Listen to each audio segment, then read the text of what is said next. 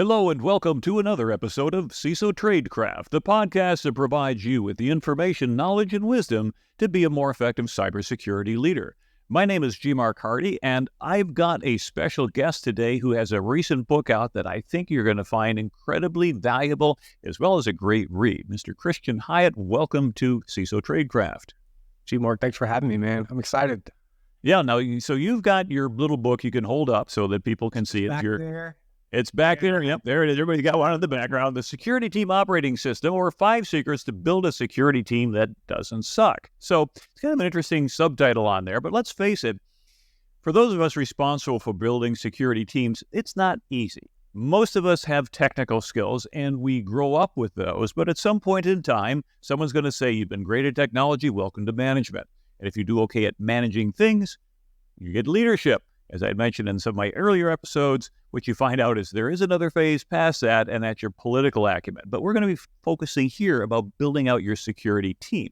So you'll need a strategic framework, and I'm going to align that with your business objectives and create a culture of excellence. It's not enough that you are committed to excellence. You have to inspire that need within your team. And so on today's podcast, we're going to go ahead and try to unlock the 5 essential components of a security team operating system that can make your security team go from reactive to unstoppable. And we're going to, of course, talk with the man who wrote the book on it. And so the security team operating system, your blueprint for success, which I think is your real subtitle, it has 5 different elements. We'll talk about this as a quick overview, and then we're going to dive into it with Christian. So the first one is your purpose. You want to align with the business. And if you think about it, we've had that emphasis over and over again. Doesn't do you any good to protect the trash if the business is focused over here. So align with the business, determine your organization's top priorities, and how can your security team contribute to those objectives so everybody understands the why. Why are we doing this? Why are we making this happen? Why are we trying to achieve these results? And so like Simon Sinek in his book, Start With Why, we can do the same thing here. After we've gone ahead and identified our purpose and aligned with the business, we want to look at values. Values are going to be those behaviors that are reinforced within the organization and that represent a desired outcome for each of the individuals. So a strong team culture is going to involve having clear principles, here's what we're going to do, and the values, here's what we expect from you. At some point in time, there are things that are negotiable and non-negotiable. But I've also heard other authors talk about like the 99% and the 100. So if you're on a diet and you're on a strict diet, but 99% of the time you'll pass up on that chocolate cake, but once a year, if you do it at Christmas time, you're probably, okay, that's a 1%er. But if you're talking about things like you're in a relationship or you're in a marriage, yeah, that's 100%. You're not going to say, oh, I'm going to go sample the merchandise someplace else. So know where your 99s are, know where your 100s are. And that's going to then help you understand what is non-negotiable within your team and make sure all of your team members know that. And then reinforce these values so you create a positive work environment.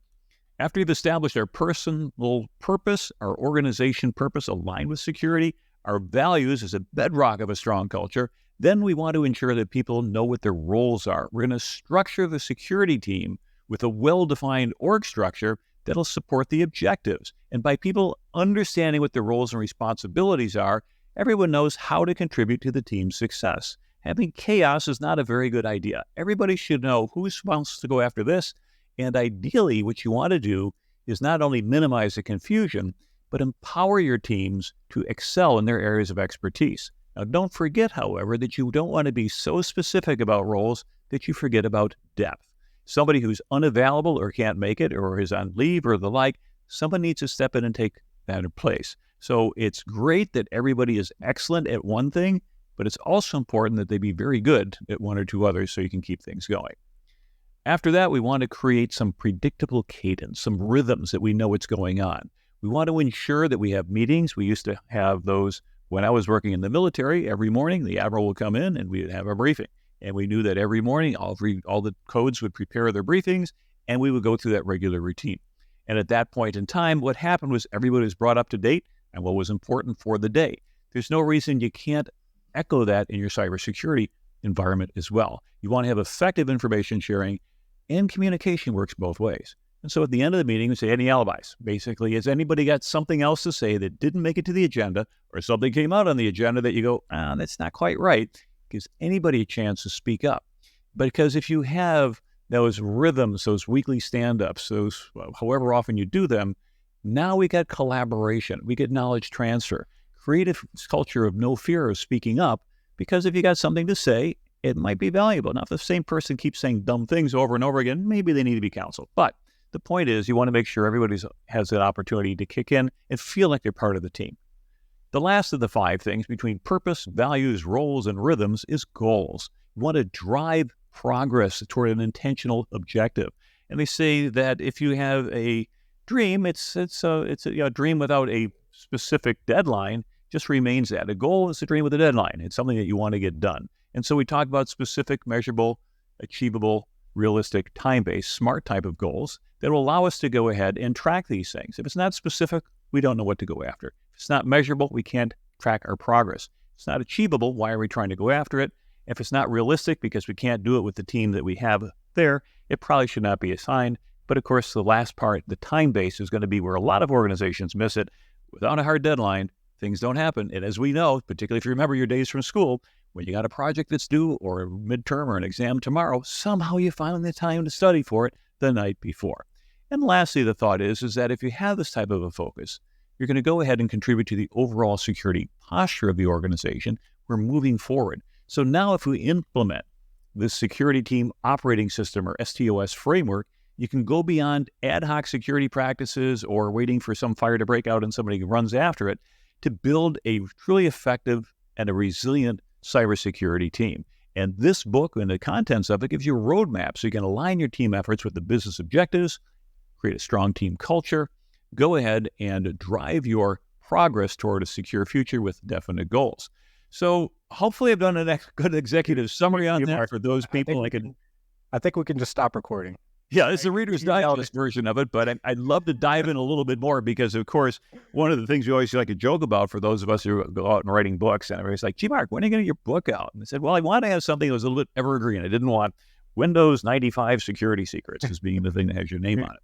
That was such a good summary, man. Did you write the book? Or did you write? I don't know who the author is now. That was an excellent stuff. Yeah, sometimes because I found some old stuff that I've written years ago, and I read through it and I go like, whoa, this is pretty good. And then you realize you wrote it yourself. It's like, I don't know if I could write that again today. But of course, if we are in the business of leading and contributing, you find it in you to go ahead and communicate that. So you work with a whole bunch of security teams in the past. Yep. What do you think the biggest mistake organizations make when they build these types of teams? Man, so I think a little bit of context might be helpful. So for the last 8 years, our team has been running security team operating system at Risk 360. So that's kind of where it came from, is 8 years of experience. We called it originally a management operating system. And as I was growing Risk 360, founded the business, it just became chaos as we scaled. Probably around the 50-person mark, I was losing span of control. I didn't have a way to talk about things clearly. And so I just created this system. That's just how my brain works. It's easy to create a system. It was repeatable. I could tell people about it. Then I noticed that those problems weren't unique to me.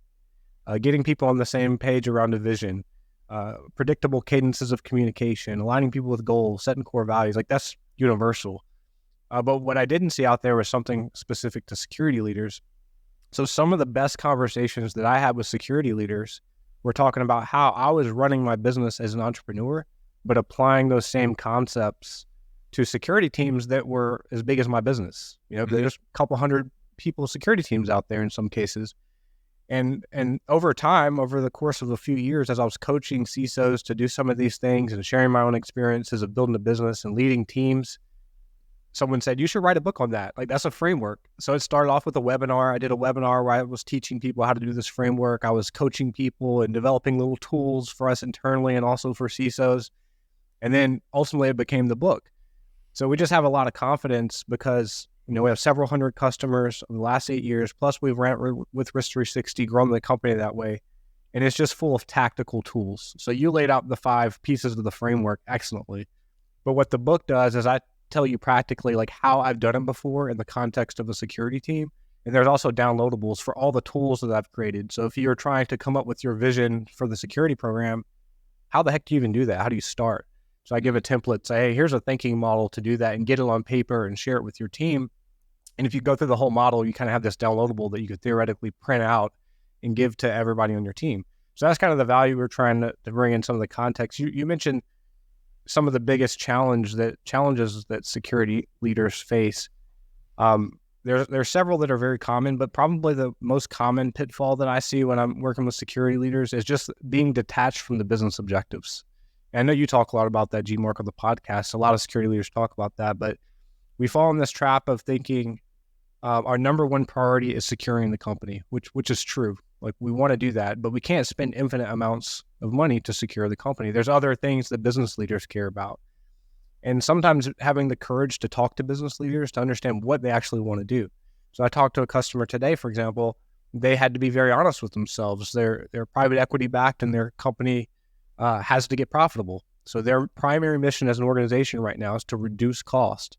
Yet they have these very real security and compliance requirements that they can't ignore because revenue's on the line. So through talking to leadership and working with the security leader, we say, hey, look, let's just be honest about this. We have two key goals.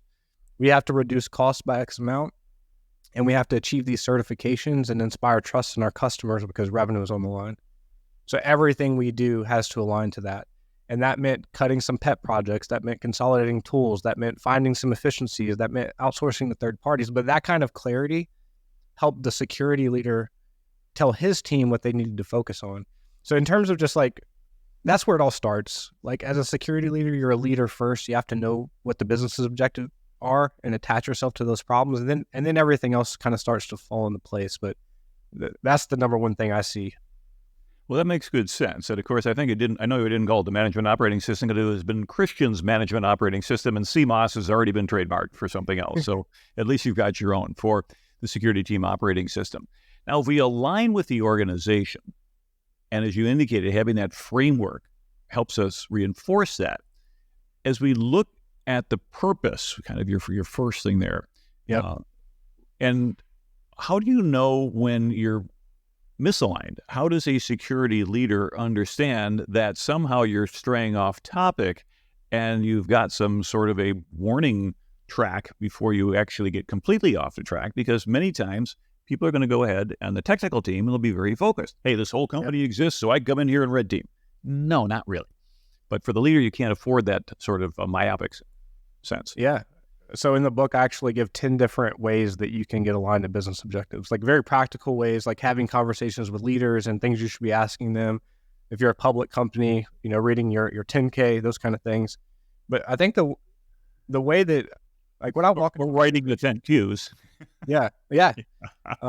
When I walk into an organization and I'm consulting a security leader, like, I'm trying to do the litmus test, like, how on point is that security leader with being attached to the business objectives? Mm-hmm. Or are they asking me to do things that I know that isn't actually going to support what their business needs? Because sometimes that's my job. I need to push back on that security leader and say, hey, you're asking me to do these things. I do not see how that's going to help move the needle for your organization. And in fact, I think this is going to be a bad move for you. And that's a hard conversation to have with the CISO.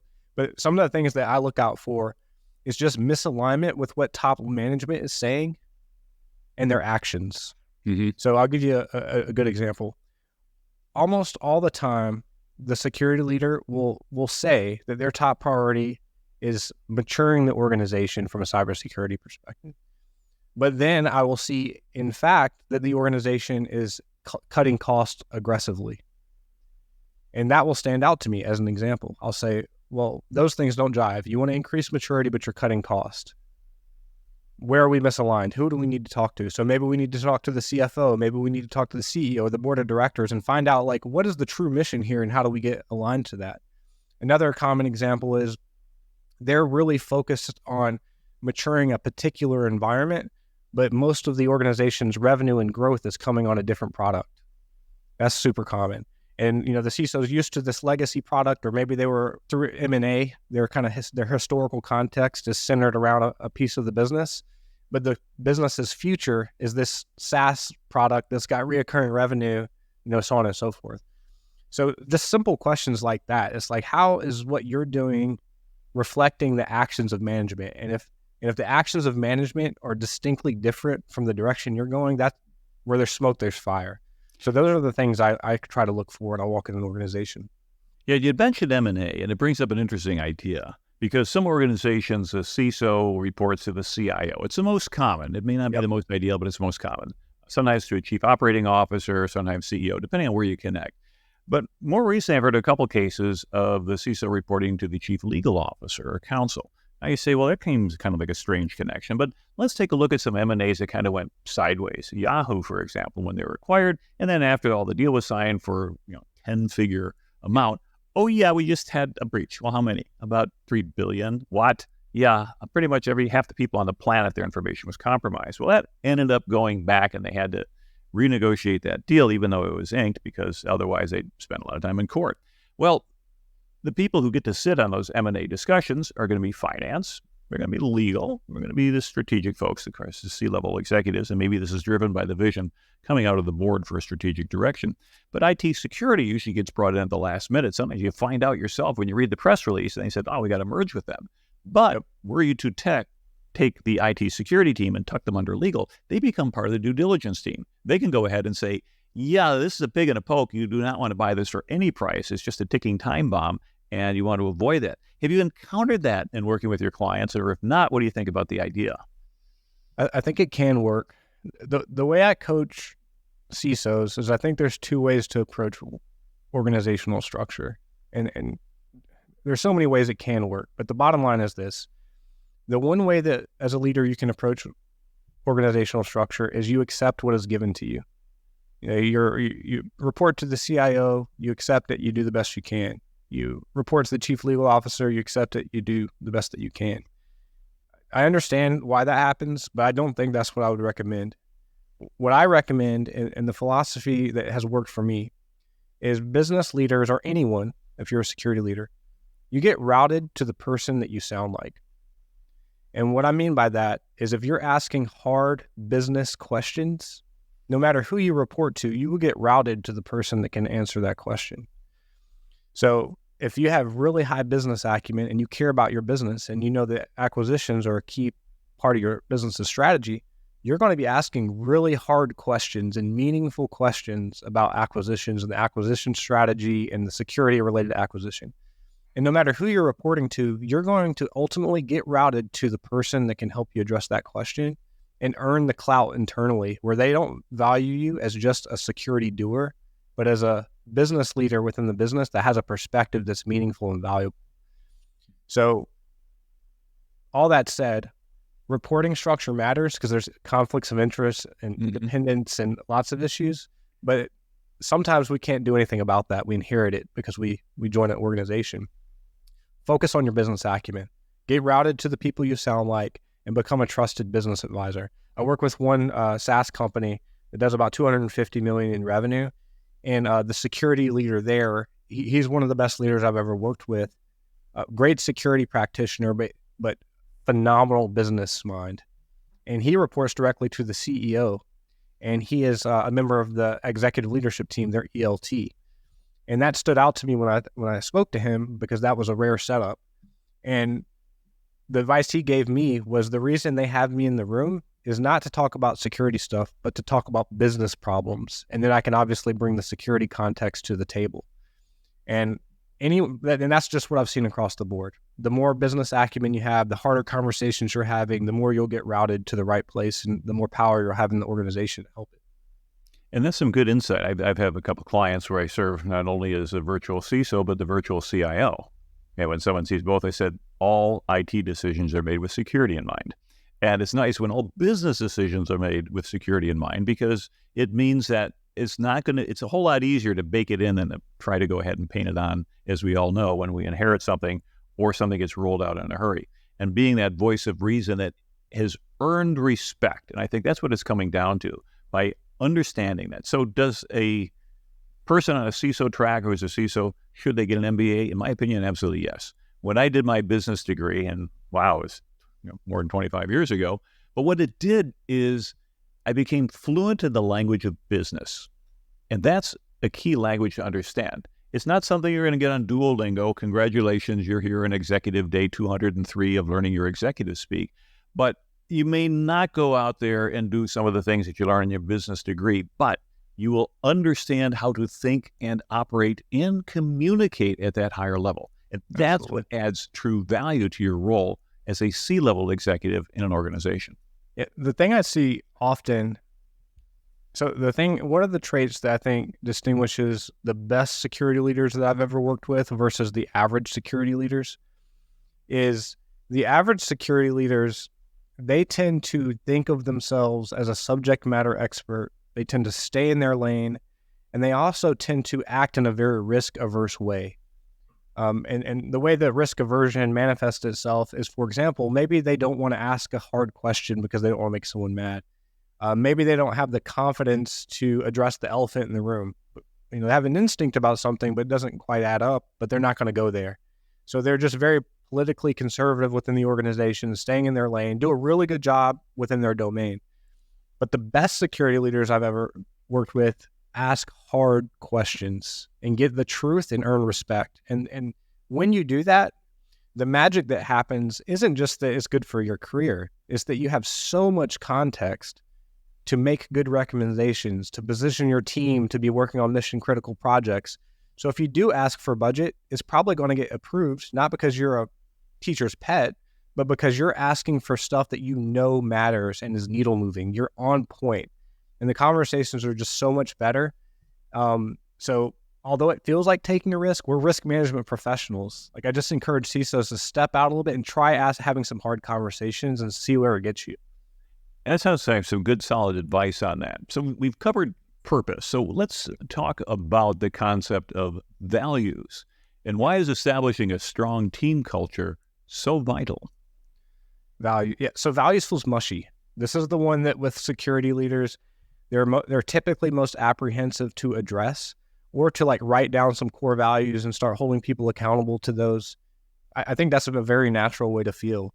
But what I've found growing a business and helping coach other teams that are growing their teams is you'll hear it said, and it's true, but it's a people business ultimately. And the number one thing that you can do as a leader is bring in people who are aligned to the acceptable rules of behavior of your team. Because if you bring in bad people, they're going to poison the culture. So by very design, if you haven't defined a culture, you have no core values, you don't know what you're all about, how can you hire people that's in alignment with the culture? So defining your own core values is one, it helps you hire the very best people. And number two, it helps you hold the people that you have accountable to acceptable rules of behavior. We at Risk 360, we hire, the hiring methodology we use is called GWC core values. GWC stands for get it, want it, capacity to do it, and then the 5 core values. And everybody who comes in, we ask them specific questions. And then across those 8 categories, GWC and our 5 core values, we rank them 0 to 3. And they have to get at least a 16 to be considered for the position. If they get any zeros, they're disqualified. And that is a way that we've tried to make this abstract concept for hiring for core values more concrete. So we're not just hiring the technically best people, we're hiring people who are naturally aligned and on board with our values. And I think that's done wonders for our culture because we're just so naturally aligned. And what I see with security teams is often you get really focused on hiring subject matter experts and you kind of lose some of the hiring for cultural fit. Or maybe you haven't even done the hard work of thinking about what you want your culture to be. So in the book, we tell you not just to define core values, but we actually give you some exercises that I've done before, and we did at Risk 360 to arrive at those core values with your existing team and get people excited about it. And then we give you more tools to hire by them, do performance reviews based on them, to build them into your decision-making processes and a lot of other stuff that makes the abstract, we all need core values more concrete and actionable. It's number 2 for a reason. You got your purpose and you got to have your values because it's all about people. Now, you had indicated you had sort of these 5 core values, and every organization is probably going to have their own, unless they go ahead and they use ChatGPT or they copy somebody else's website. Yeah. But any insight in terms of how a security leader can structure these core values, and then how important is it that they align with the organization's core values? Do you want to be a center of excellence with respect to ethics and integrity in an organization like Enron, for example, where they may have paid it lip service, but really didn't happen that way?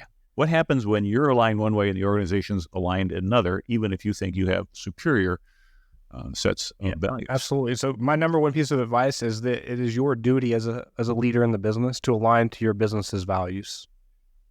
Number one. So if your company has defined and visible values that they're truly living by, it is your duty to support those and get the team on board with them. So you should adopt and hire by them. And hopefully your organization did the same with you, so you naturally adopt those. So if that's the case, I think the better thing to focus on is adopting those core values that your company already has, and then identifying a set of behaviors that you want your team to do that aligns to those values. But there are often times where those don't exist, or they exist on the wall, but they don't exist in practice, and they're not a real thing. Mm-hmm. And in those situations, you might have to take matters into your own hands and define them for yourselves and figure out what your center of excellence is going to be all about. But the bottom line is, we all have a duty to support our organization and align to those existing core values. Agree, and I concur with you on that one. And let's move on to the concept of the third item, roles. How important is it to have clearly defined organizational structure for a security team with duties assigned either by position or by individual, or perhaps both? Yeah, I remember when we hired our chief operating officer, Tim, here at Risk 360, one of the first things that he wanted to do for our organization is do an org chart and then basically kind of a racy diagram to figure out who did what. And I remember at the time I rolled my eyes on that because I was a startup founder, and I was like, a racy diagram? Like, people know what we're going to do. I'll wear multiple hats. Like, that is such an old school admin consulting thing to do. Like, you can just see some consultant coming in and saying, we need to do a racy diagram. Yeah, by the way, for those who don't know what racy, responsible, accountable, consult and inform. Yeah, it's like we know their level of involvement in that. Sorry to interrupt, but I want to make sure that acronym was absolutely. It's just an old school way to define roles. I say old school. It's still very popular. But once we did that as an organization, we got such clarity. We realized that there were overlapping roles.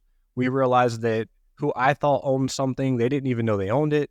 We realized that there were tons of roles that no one was even doing, or that three people were kind of doing. And it was such an eye-opening experience for me as a leader that I took it a lot more seriously at that point. And it enabled me as a leader to do a few things. It informed my hiring plan. It gave me some clarity about some things that I needed to delegate. It gave me some clarity about some things that we needed to document because we didn't have processes. It was so valuable and so unexpectedly valuable. So then when we started consulting security teams as they were scaling their organizations, I realized they had the exact same phenomena.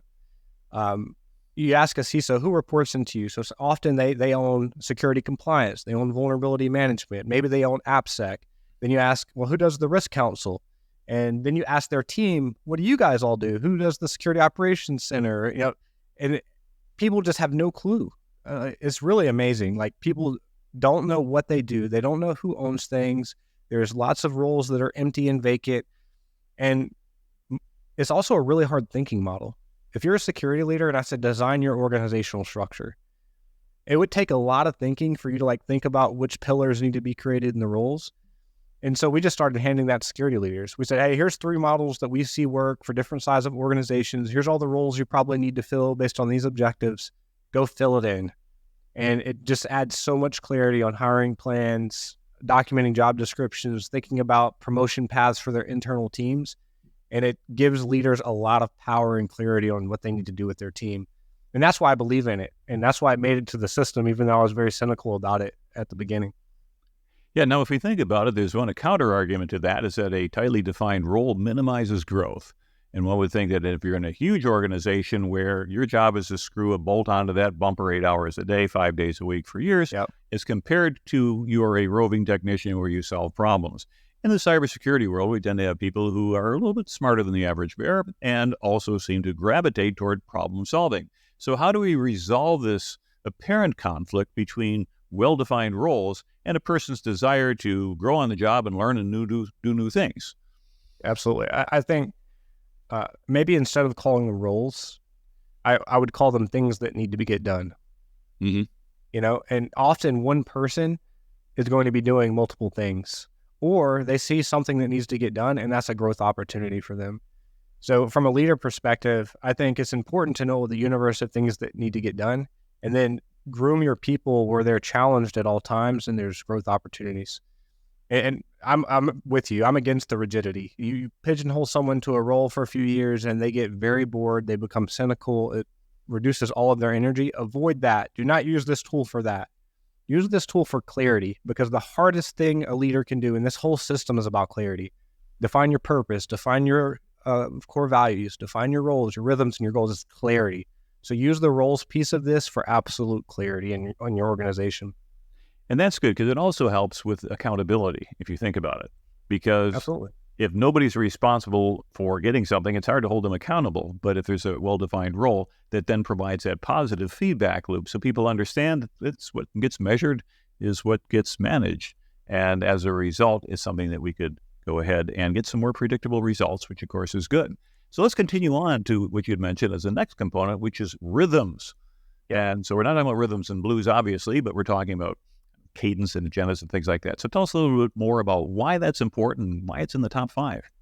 Yeah. So rhythms, this is probably my favorite section, because one thing that I've realized that businesses have a hard time doing is getting clarity on like the communication flow, keeping everyone in the know, managing the energy of the team. And what tends to happen is we do things in a very ad hoc way. We accumulate a calendar full of reoccurring meetings. We just kind of do things as they come up. We put out fires when they come up. And that can become very burdensome and also unpredictable. And what unpredictability does for a team is it breeds a lot of anxiety, because people don't know when they're going to get the information. They felt left in the dark. One piece of the team knows something and the other piece of the team doesn't. They don't know how to plan their life. And anxiety is very demotivating over time. And then you get huge problems with turnover. So how can you go from a bad environment where people with miscommunication, with anxiety, with worry, to one of everyone's harnessed all of their energy in a single direction with a lot of clarity? And I think it's about rhythms. So what we did at Risk 360 is we established a rhythm, and this is what we coach security teams to do too, is we have an annual offsite.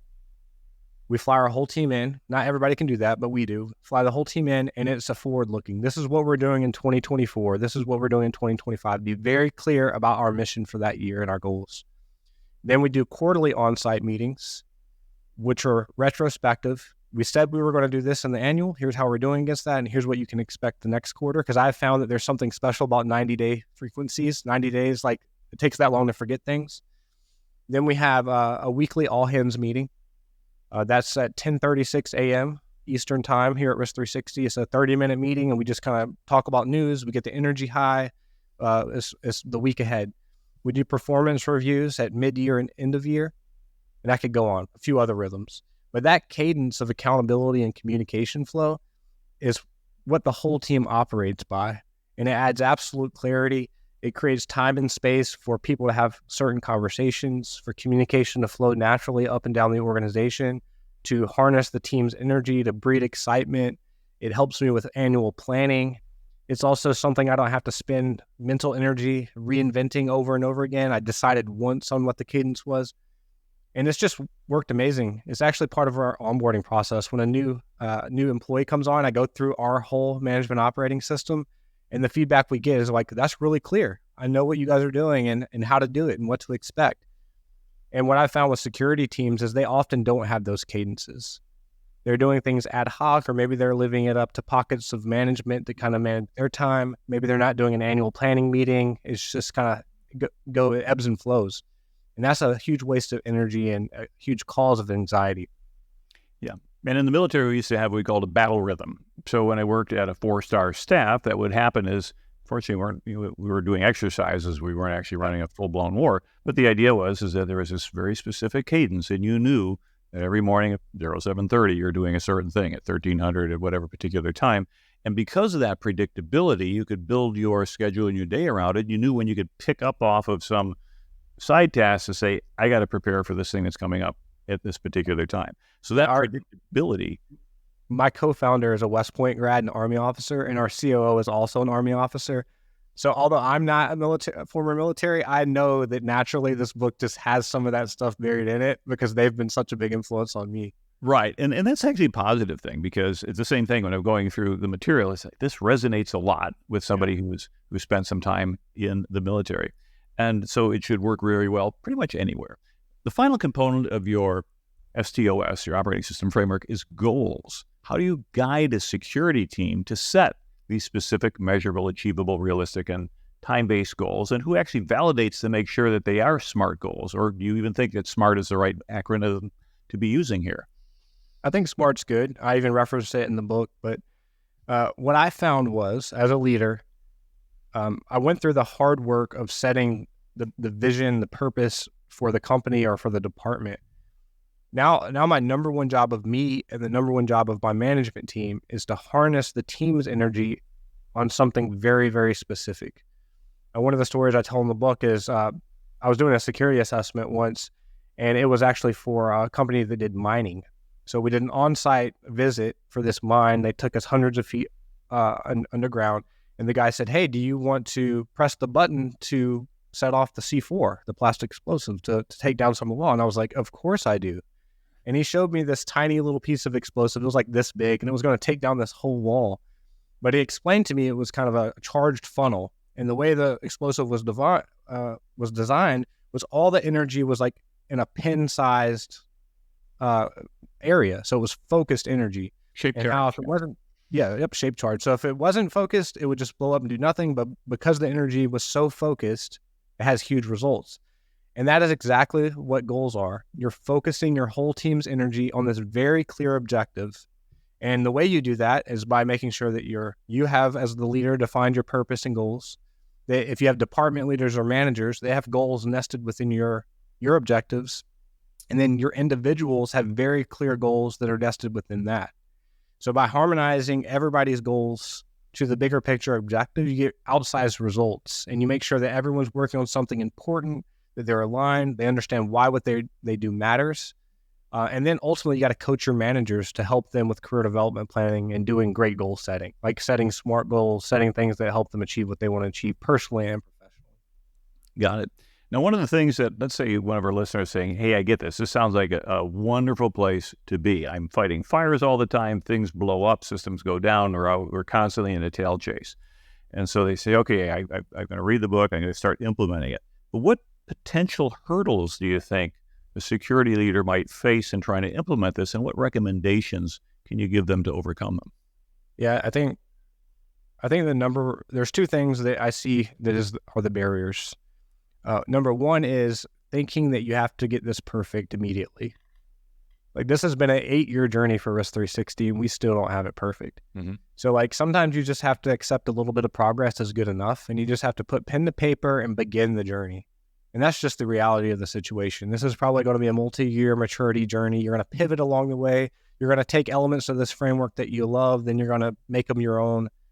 So just be okay with that. Be okay with the iteration that's going to happen. The second thing is, I think security leaders, anyone who's technical, I do this all the time, is I outthink myself. And define your core values. Well, that's really hard to do. And I just don't do it because it's hard to do. Or what are the team's objectives? Well, here's 100 objectives I have. How do I narrow that down to 3 to 5? So we're our own worst enemy. That's the bottom line. Get started. Be very comfortable with a 50% solution if that's as good as you can get, and then iterate. And I promise you that your team will thank you for it. They will appreciate the structure, the communication, the clarity. And if you stick with this for a year or two, it'll make a huge difference in your business. And so we gain the structure, the communications, the clarity. How about financials? Do you think we're actually going to achieve some savings here? Is this going to cost us more to do something this way than we're probably doing it today? And if so, how do we go ahead and secure those resources? I don't think it's going to have, if you do this right and you identify your business's objectives, this is going to save you money. Because in all likelihood today, you're wasting resources and energy and thinking on things that don't actually move the needle for the business. They're your darlings, they're your pet projects, they're things that you thought was important, but they're actually not. But if you get aggressive about really understanding your business objectives and aligning your security team to those objectives, you will have no problem asking for budget because you'll know exactly what you need to ask for. And your team will know why they're doing that, and they'll be aligned with their goals to execute on those missions too. So, at an extreme, there's zero friction, zero loss because you're so aligned. The reality is no matter what you do, you're going to get more aligned. So to me, your budget's only going to get better. Well, that sounds like a really promising opportunity here. So this has been great. As we're getting close to the end of the show here, are there any additional thoughts you have or you'd like to leave with our viewers and our listeners with regard to how they can improve their organizations using the wisdom that you've obtained over the last 8 years and have been so kind to go ahead and put pen to paper? I think the only thing I would leave with is just some encouragement. As leaders, we have such a cool and interesting opportunity to make the day-to-day lives of our teams better through clarity, through a calm, through helping them work on important things, through coaching. And I think this system is a small piece of how you can help do that even better. So take that seriously and do your best and help folks out. Well, I think that's excellent advice. So to wrap up here, we were talking with Christian with regard to his book on the 5 secrets, if you will, on building your security team. Have a purpose, align with your business. Number 2, your values. That should be the bedrock of a strong culture. Number 3, your roles, structure for success. Number 4, create rhythms, a predictable cadence. And then lastly, have specific goals that can drive intentional progress. And if you're able to do so, you're most likely to see some fantastic gains in your organization. As you said, not immediately. And don't worry if it takes a little bit of while, and being 20 or 30 or 50% along the way is better than being 0% along the way. So I think those are great words of wisdom, and we hope that for our listeners and our viewers, you've enjoyed learning about the security team operating system. Now, if you'd like to learn more, go buy the book. We'll put a link to it in our book show, so you can go ahead and get it on Amazon. Here it is for those who are watching. There it is. Ooh. And since I'm recording this just before Black Hat, are you going to be out at Hacker Summer Camp? I'm not, but we have a whole team out there. So if you guys look up Corey Wolf, him and our whole offensive security team will be out there. Got it. Sounds great. Well, appreciate that and appreciate the time that you've offered for us. And remember, for our listeners, if you learned something new on the show, forward it to us. Let us know how valuable this has been. And other people that you know that are in the cybersecurity career who could benefit from this, share where they get the information. We've got over 32,000 followers on LinkedIn for our CISO Tradecraft podcast, and we do much more than the podcast. We also have information that we put out on a regular basis, and we're putting together a course for you, which will give you more information once we've made a little bit more progress. So kind of a little bit of teaser out there. People are already asking about it. But yes, we've got almost 200 episodes and a lot of core material here that we can draw from. If you have any desire to be on our show or you'd like to learn a little bit more about it, message us at CISOTradecraft.com. We're easy to find on LinkedIn. Otherwise, thank you very much for being part of our audience. Christian, thank you for very, very much for your time and for your expertise in being on the show. And until next time, this is your host, G. Mark Hardy. Stay safe out there.